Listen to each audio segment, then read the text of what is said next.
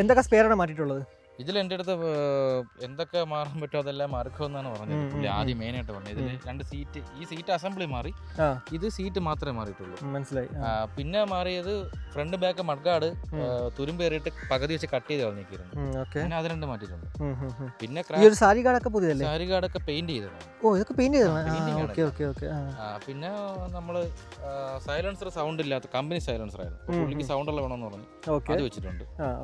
പിന്നെ crash guard 2 spokes മാറി, കമ്പി റിമ്മിന്റെ കമ്പി, കിക്കർ, ബ്രാക്ക് പെഡല്, പിന്നെ സ്പീഡോമീറ്റർ, ലോക്ക് സെറ്റ്, സ്വിച്ചസ് ഒക്കെ മാറി. പുള്ളിക്കെല്ലാം മാറണമെന്ന് പറഞ്ഞു. മീറ്ററിന്റെ ഞാൻ വിളിച്ചു പറഞ്ഞു, ഷീന കുഴപ്പമില്ല, എനിക്ക് പുതിയത് വേണമെന്ന് പറഞ്ഞു. ടയറെല്ലാം പഴയത്?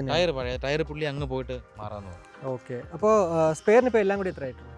ശരിക്കും ഇതിന്റെ ആക്ച്വൽ ആയിട്ടുള്ള ബില്ല് ഞാൻ ഇതുവരെ നോക്കിയിട്ടില്ല. വണ്ടിയുടെ വർക്ക് കഴിഞ്ഞ് കഴുകി ഇറക്കി കൊണ്ടുവന്നു. എനിക്ക് തോന്നുന്നു അറൗണ്ട് ഒരു 10-35-40 രൂപ സ്പെയർ ആവുമെന്ന് തോന്നുന്നു. എന്തായാലും എനിക്ക് ജസ്റ്റ് ഒന്ന് പോയ ശേഷം പറഞ്ഞു ഞാൻ പറയാം. കാർബറേറ്റർ, വയറിംഗ് കിറ്റ് എല്ലാം മാറിയിട്ടുണ്ട്, ഫുള്ളും മാറി. ടോട്ടലി പുള്ളിക്ക് ഔട്ട് ആൻഡ് ഔട്ട് മാറാൻ പറഞ്ഞ സാധനം. അപ്പോൾ സ്പെയർ എല്ലാം കൂടി ഒരു 30-40 രൂപ എന്തായാലും ആയി.